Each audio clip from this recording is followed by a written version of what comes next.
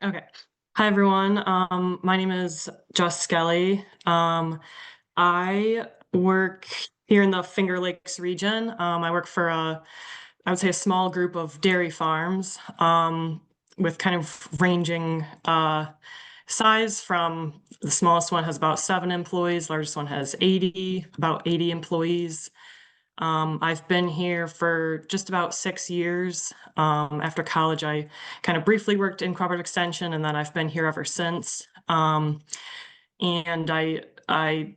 my position is in the office and kind of HR focused, and I didn't replace anyone, so it was kind of a new position, and it was for me to mold myself. And there was some stuff in place, but um, a lot has changed, and we've worked on a lot in the past 6 years. So a lot of stuff we've set up along the way, and it's just been a work in progress.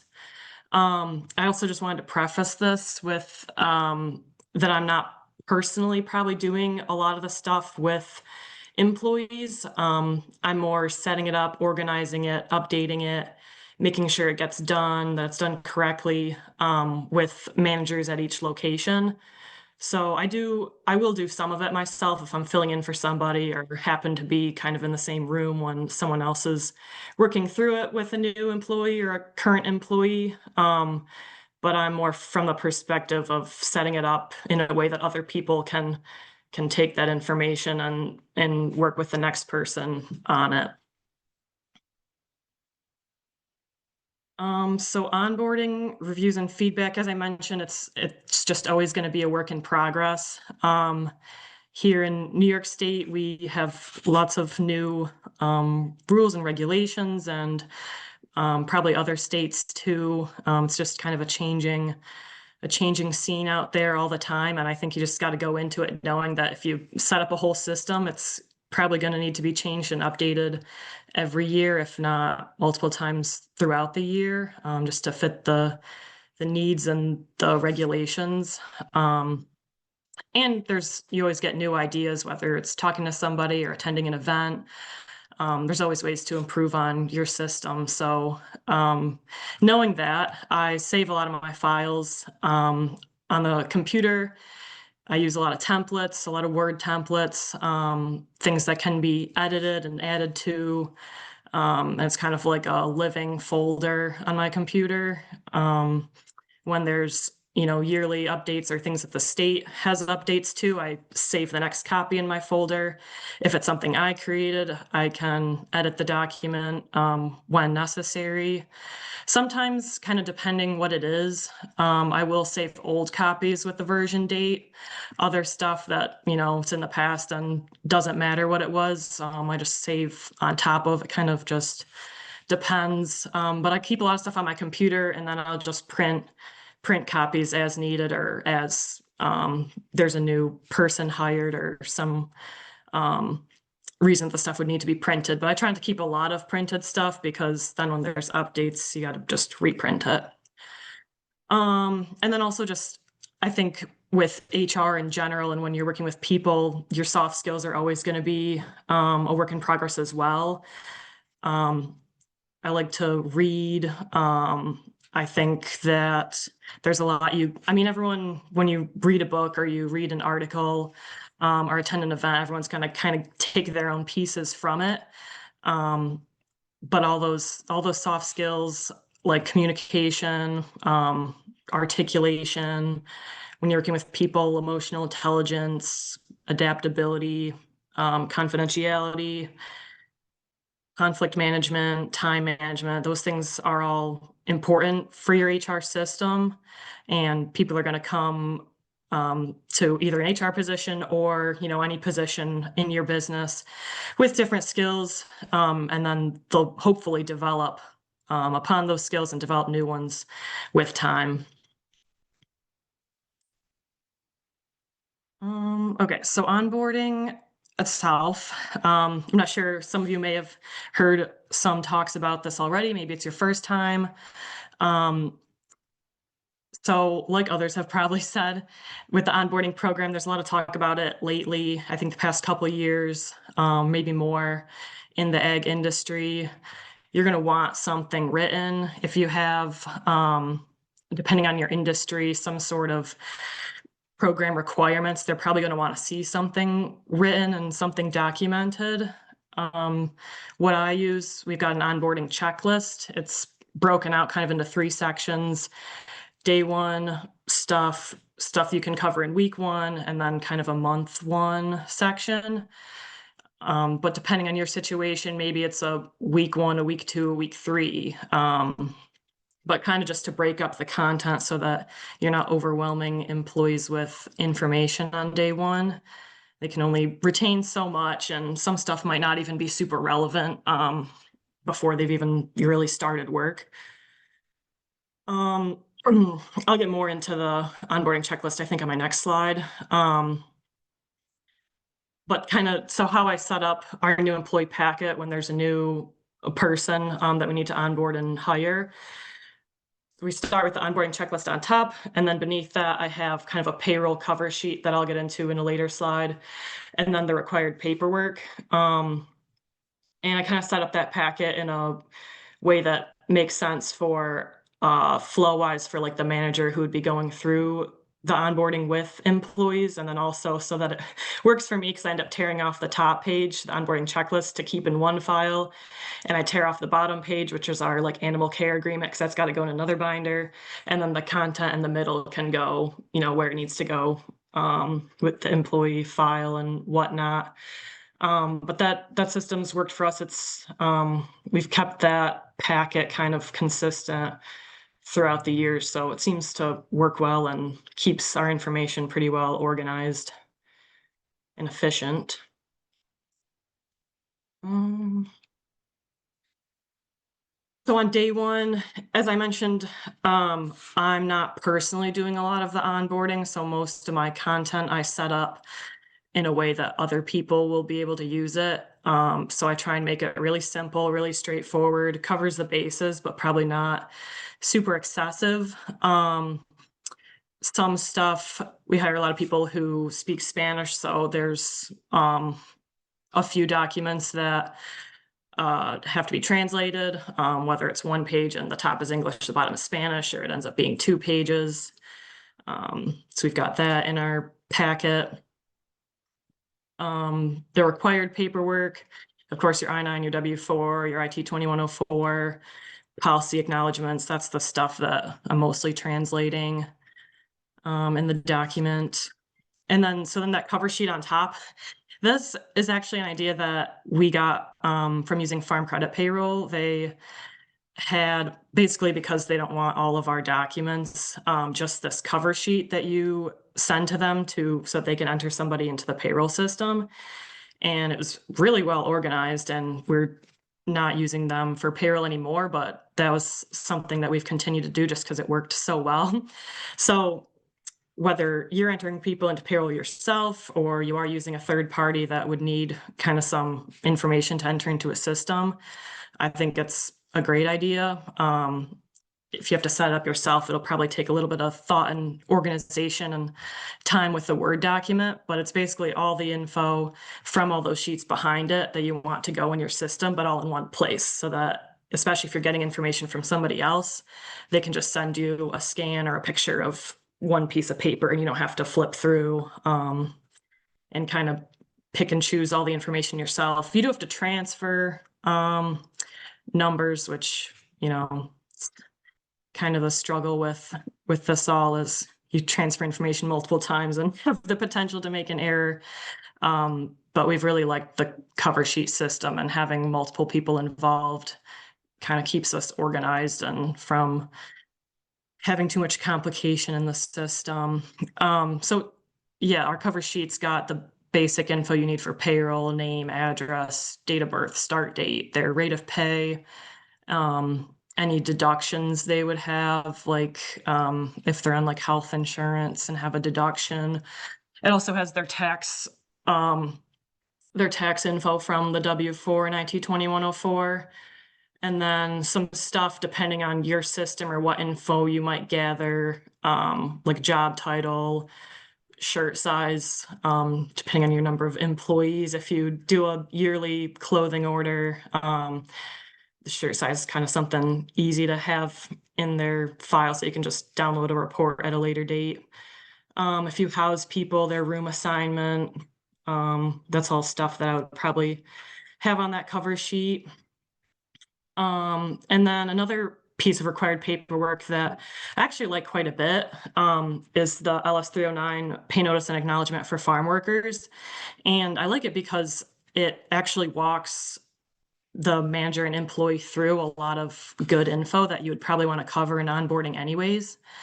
It talks about your housing you're provided, if any, pay day, what the pay week is, what, if there's any deductions. It kind of lays out a lot of the information that's probably what some employees care about, like what day am I going to get paid. So I do like that form, and I think you have to do it anyways. So just the process of going through it and writing in the info and explaining it with the employee does accomplish a few bullet points there on onboarding.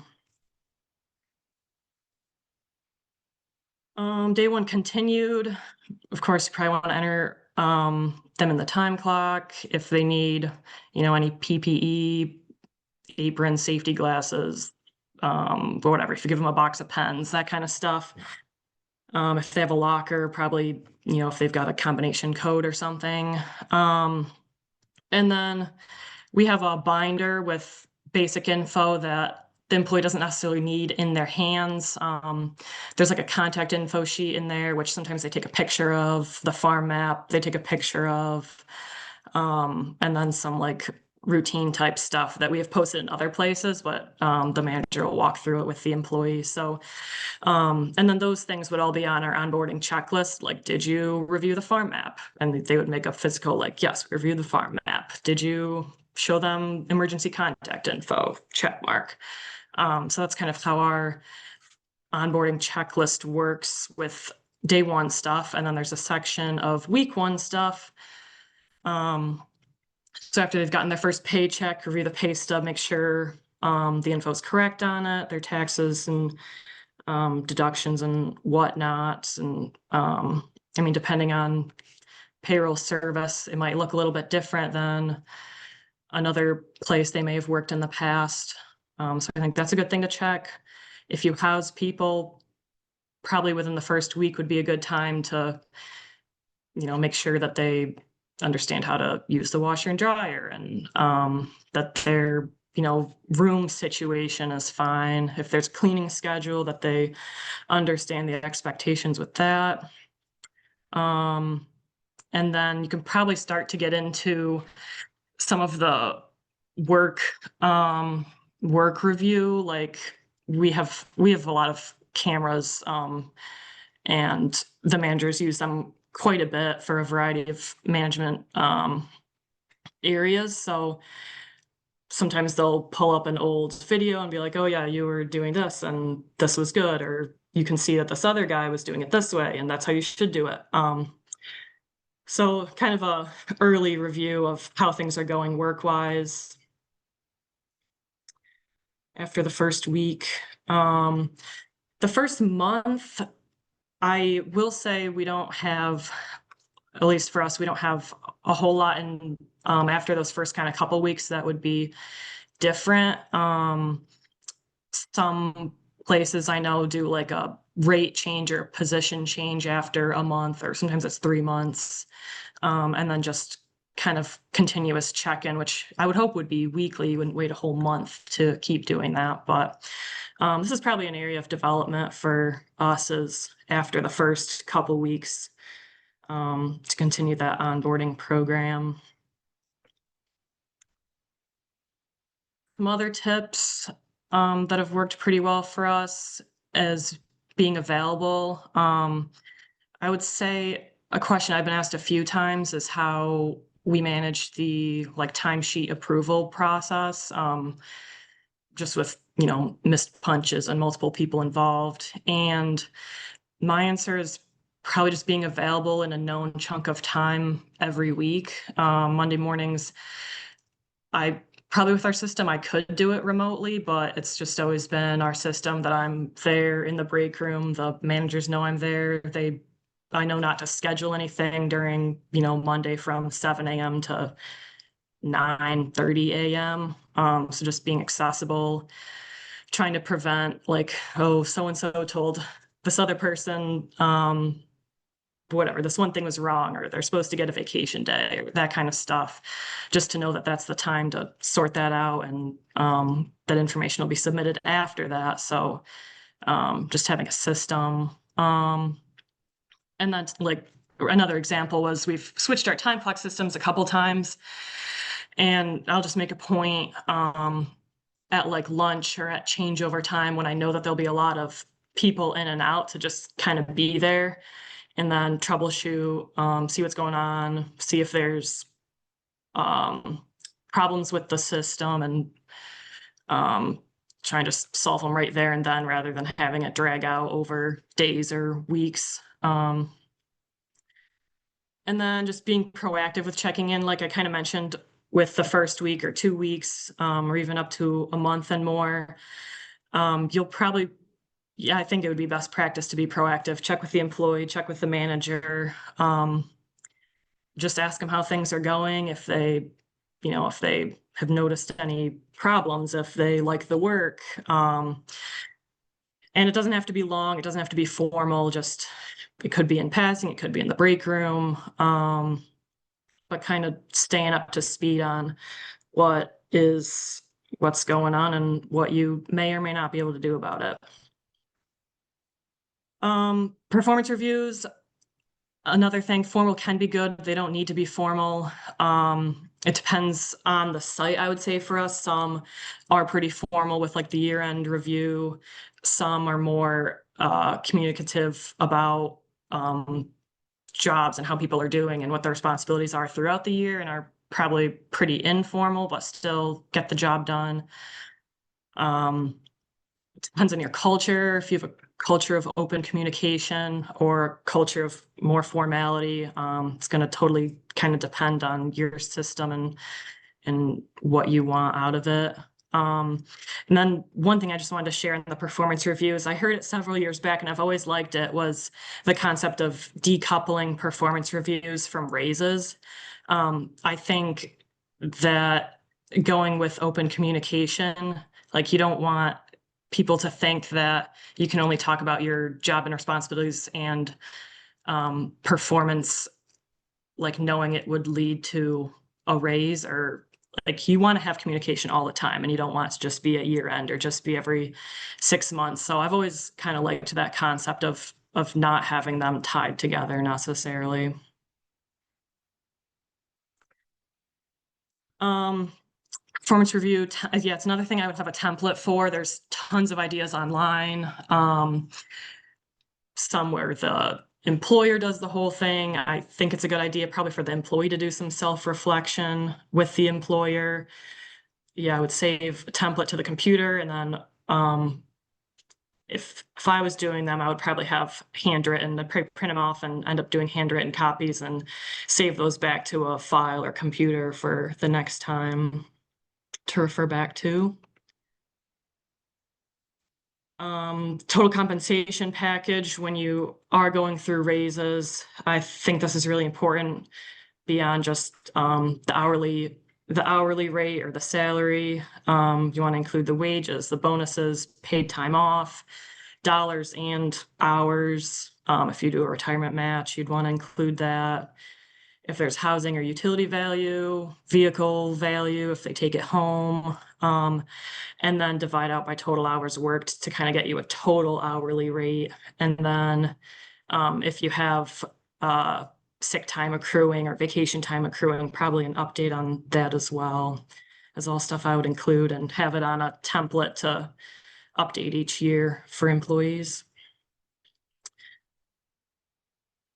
Feedback, like I've kind of said earlier, I think it should just kind of be constant. It doesn't always need to be formal. You want to give it, you want to receive it, you want to receive it well. Otherwise people will stop giving it to you. And you set the culture, right? So if people tell you something and you don't take it well, they're probably not gonna tell you again, or they're not going to receive your feedback well. Be honest, be consistent. I think it's tough for people when, one day you're really on one topic and then you don't talk about it for 3 months. But if you talk about it once a week, every week, you'll probably get somewhere. So I think consistency is really important with feedback. There's a lot of material out there, a lot of resources. My opinion is that probably the more events you go to, probably the better. You can't go to them all, and you're not going to get a ton out of every single one. But if you get something out of one, it was probably worth it. And over time, you kind of get a better idea of what speakers you like and what events and topics are most interesting to you. There's yearly conferences. I've listed a few of them here with Pro Dairy and Ag Workforce Development, Farm Credit, or some of the other companies or vendors that you work with. They have good events. Magazines have good articles. Hordes Dairyman, Progressive Dairyman. I'm sure other industries have their own magazines. Books, a couple I've really liked are Atomic Habits and The Ideal Team Player. We have lots of material out there. And then my last thought I just wanted to hit on quick was that probably my favorite thing about HR and probably business management in general is that it isn't specific to farming or agriculture. Every person out there who's worked at all has some experience with an employer, and sometimes coworkers and employees. So everyone has their own opinions and thoughts and experiences, and people do have a lot to say about it. So my friendships and people that I work with at work, I mean, they talk about it all the time, and you don't even really have to pry. But yeah, people will talk about their benefits. They talk about how their system works, what made them quit a job, get hired, all sorts of things. I've asked my friends what time system they use at work. So another thing is just kind of always a work in progress, and it's really interesting what people have to say about this whole system because everyone has some sort of experience with it. And with that, I think that was all I really had to share today. I'm so glad you went first, Jessica, because now that the formal part of it is not as much what I'm going to discuss, but I didn't get a chance to introduce myself earlier. Mm-hmm. But my name is Erica Lubner, and I was a consultant with New York FarmNet for about 10 years. And now I'm doing consulting on my own. And I focus more on the personal side, in the relationships within farms, working with the families and employees. I facilitate a lot of difficult discussions between the farm owners and employees who are oftentimes families. And so those are some of the most difficult discussions. And I'm also a farm owner. My husband is a partner in his crop and dairy farm. And then my husband and I, with our 3 daughters, own Tim's Pumpkin Patch here in Onondaga County. So I'm going to talk a little bit about not only our business, but also my work as a consultant and some of the issues that, I've encountered in both areas. So at our business in Tim's Pumpkin Patch, we employ approximately 80 seasonal employees. The majority of our staff are teenagers, which makes it very challenging. As we know, employing teenagers, we have probably about, I would say, 10 adults on our staff, and then we also have 4 H-2A workers. So our onboarding process it varies wildly. So obviously for our H-2A workers, that's going to be very different in terms of what we do to get them going. And a lot of that is what Jessica discussed with the work agreements and housing and getting them. But we have the same workers come back every year, so they pretty much know the drill.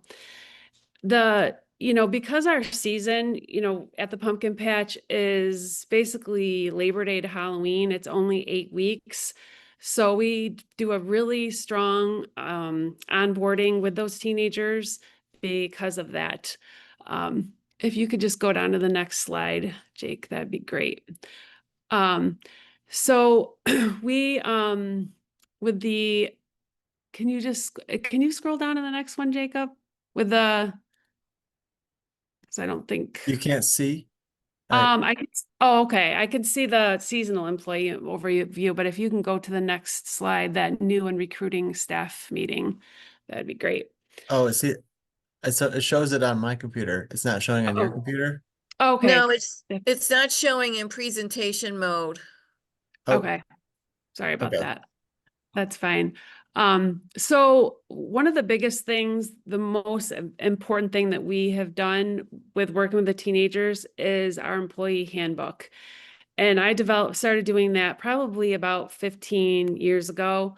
And honestly, when I formed that, I started looking at other pumpkin farms around the country that are big and pretty successful. And I got a lot of my ideas of what to include in there. And I tailored it around basically working with teenagers. So it's our most important step after selection and hiring. So we cover everything from the use of social media. We cover things, we talk about what happens if you get caught doing something and something was on camera. We talk about what's appropriate dress and what's inappropriate dress, because again, the majority of them, the teenagers, this is their first job and they're 15. And so we take that very seriously. And the other most important thing is that we have the employees sign an acknowledgement page confirming the understanding. And one of the reasons why this is so important is because if something happens and they go home and complain to their parents about something that happened at work, we can always go back to that employee handbook and talk about, like, yes, like we discussed that if they posted something on Snapchat, that it would be grounds for termination, something that was inappropriate or something that would be very revealing about our business that was inappropriate. So the other thing that we do at this staff meeting, and this is all the staff meeting that we have is like before our season even starts, is we do a tour of our entire business. And this allows us to get them a little bit comfortable, but because we know how the teen brain works sometimes and they forget a lot of things. So we give a tour of like where we keep our brooms, where we keep our mops, like where does the garbage go? And it's a lot of information, so chances are they're going to forget, but we try to just get them comfortable that very first day that they're here. And we also, at the staff meeting, we do some icebreaker activities to get them to know each other. We get them to share a little bit about themselves because they're going to be working very close, very intense time throughout our business. And we want them to just kind of lighten up a little bit and have fun. So in this staff meeting it's a couple hours long. So sometimes we have food there just to make it a little bit more fun as well and get them familiar with their assigned work areas. And then if you could go down to the next slide, that'd be great. So Jess covered this beautifully. We hand out the required paperwork. And the biggest thing for our teenagers, our staff, is getting the paperwork back. So we have resorted to telling them that you won't get your first paycheck until we get that paperwork back. And that usually gets the paperwork back pretty quickly. So a lot of the communication that we have with the teenagers is over texting, and we have a cell phone policy, but because we text a lot throughout our our busy day at the pumpkin patch, we do allow them to use their cell phones. So, And then if you could just go down to the next slide, our training approach. So because our season is only 8 weeks long, most of our training is done on the job the first day. We try to get employees here, even though we're not that busy, it starts out a little bit slower.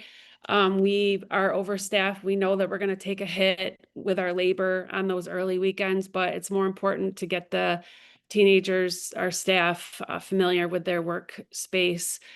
And they get to learn firsthand in real time, what their job is going to be like.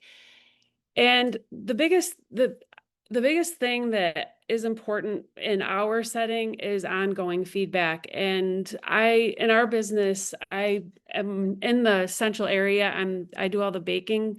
So everybody, goes to, goes through the bakery to get supplies. And I have a lot of conversations right there as they're walking through. And I might pull them inside and give them feedback. And we have like several different work areas. So, and our daughters are the ones who are managing those work areas.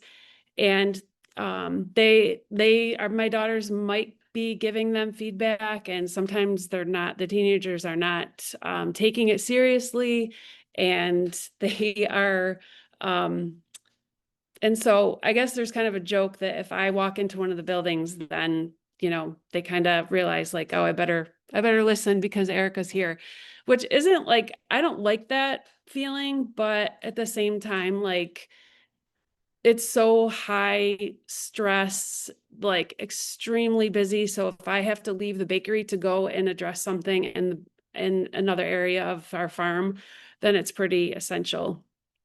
Somebody just put a question in the chat here, and I wanted to check that out. So it says you have a very in-depth training onboarding. Are they paid for this time? Yes, they aren't paid for the staff meeting, but we do pay them while they're here and getting their training. They frizzle after the first day of training. Okay, so we did something this year that was different. We have this one building called the funnel cake building where we do our fritters and funnel cake. And it has been historically in the last few years, because we get new employees, because a lot of times when kids will start here, they move up quickly. We kind of pick out like, oh my gosh, they did a great job. Let's put them in our bakery, which we put probably are the best of the best in there. So before we even opened up the funnel cake building, we had them all come in and learn how to make them, how to do customer service, how to follow through things for the health department, how to run the register. And like I said, we took a hit by paying them, but we felt that it was that important of a thing that we needed to do to train them before the public even came. So, and Lori, I guess I'm interested to know if these are also teenagers that you're talking about, because we've actually just noticed a trend probably in the last 5 years with the majority of our teenagers that, even during the interview process, we ask them, are you available every weekend day in the fall? Oh, yes, I'm available. Are you available all 3 days of Columbus Day weekend? Because that is our busiest. Yes, I'm available. Okay, teens and college kids. So during the interview process, yep, they're saying what they can say. We ask them if they play a sport, if they have things that might get in the way of their availability. And we do work with kids, who do play a sport because they are, structured and scheduled. And we find that those kids tend to be more driven. But we have noticed in the last 5 years that once the teenagers especially get a few paychecks in their bank accounts, they're good. they're calling in more. We actually, they rat each other out because it's frustrating for the teenagers to be working in one area and then all of a sudden there's call outs. They rat each other out and say, yeah, they weren't sick. I saw them on Snapchat. They were hanging out with their friends. So that has probably been the most frustrating thing, is that they do fizzle out throughout our season, as you are experiencing as well. So one of the things that we did implement a few years ago is in our business, tipping is huge. They get cash tips and then online tips when people, hit the button when they're cashing out. So what we did was, instead of allowing or paying them out after each shift, their online tips, we pool all the online tips and we divide them up at the end of the season based on the amount of hours that they work.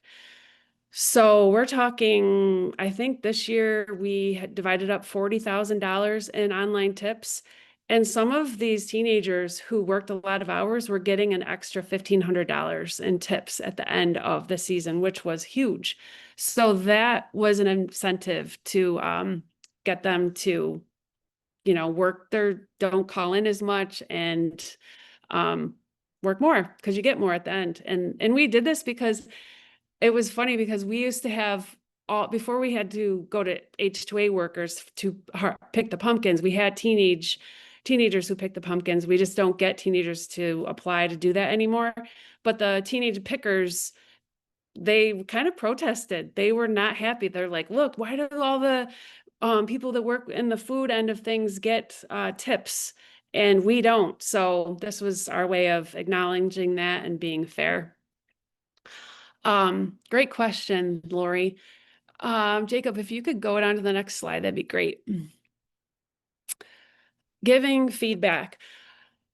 This is really what I love, and as my work as a consultant at firms, it's my forte, because I feel like a lot of times it's like either there's a problem that has come up and we have to give feedback, or something bad has happened and we have to have a meeting. And so I really try to always, do positive feedback whenever possible. Like if myself, and I also tell our girls who are managers in the business, that if you notice something, if you see something like, wow, they really organized, the supplies, great, or they really, cleaned up their area at the end of the day, awesome. Like, always say that, because it just goes such a long way. So another big thing is to correct the behavior and not the personality. We have staff and teenagers that do have difficult personalities. As a farm business consultant, a lot of times I'm called in because there's a difficult personality that somebody's having to deal with. And so I really work with farmers to say, focus on the person and the behavior, not the personality, not that, oh my gosh, they're so annoying. Oh my gosh, they talk all the time. It's so frustrating. We're going to talk about like, what is the actual behavior, not who they are as a person. And probably one of the most important things when you do have to go and give feedback is start with being curious. Start with asking questions about the situation, because a lot of times we're getting information from somebody else and we don't have all the facts. We don't know the whole story. So the first initial discussion should really be about trying to get all of the information that you can. And I guess that goes to kind of like another thing that I see a lot happening in businesses, even within our own business, is that people will go to each other to vent about another person or maybe somebody in management, and they're not going directly to the person where the issue is to fix it. And so I, a lot of times will hear about like, one employee is going to the other one and venting, and then it goes to another person, and then I'm hearing it like fourth hand. So we really encourage our staff to come directly to us when there's a problem. And that's hard for teenagers because they just they haven't had the experience. And, a lot of people that we work with don't like conflict. So that's, we just try to encourage people to come straight to us, and that has worked out really well. And it's also important to give that feedback as soon as you hear it. It's always hard when, we hear about something that happened like 2 weeks ago, and then we're trying to, backtrack and get the information. And we don't have all the facts. It's harder to get the facts. All right, if you could go to the next slide, that'd be great. So I thought Jessica brought up a lot of good points about reviews, and I will say that we do not do reviews in our pumpkin business because it is such a short season, but I'm almost thinking that we should, because of when we go to rehire in the fall, again, we do have some employees that return that we're just like, like, should we hire them back or should we not? And I'm thinking that it would probably be better if we did a formal review before we hired them back so that they know exactly, what we saw in the previous season that we would like to see better. And I think within our 8-week season, we give reviews on an ongoing basis. Like I said, somebody's walking into the bakery and I give feedback in real time. But I will say that the reviews, I like the idea what Jessica said about decoupling reviews with the raise. And I agree with that. I think that's important. I think in my experience as a consultant, a lot of farmers get into that. It's kind of almost like a trap. It's like, well, I know I need to give a raise, so how do I? And my husband, as a manager owner in his crop and dairy business, I talked to him about doing reviews with his employees because it's like, how do you justify a raise or not justify a raise? And it does, in that review does allow for a conversation surrounding compensation. But Jessica, you really got me thinking about that, decoupling it. So I'm gonna think more about that. One of the issues that we have are with every single year, and I know, other people are probably struggling with this too, is like with the New York State minimum wage increase every year, we get returning employees. And so we have returning employees that now we have to bump up even more because we're starting new employees at the, minimum wage. And so that's been a tough one because some of the returning employees, they will just get the bump up in minimum wage because we don't think that they have really earned a raise on top of that. So that's always a tricky situation for us with the every single year minimum wage increase with a returning employee and a raise. So I think within that review process, if you're not doing reviews, do them. I encourage the farms that I work with to be doing every 6 months, not just year end. And it does encourage open communication and stronger working relationships with your employees. So that's one of the first questions I have when I go into a farm business is, are you doing reviews? And usually the answer is no when there's a problem with employees. And so that's just a good place to start.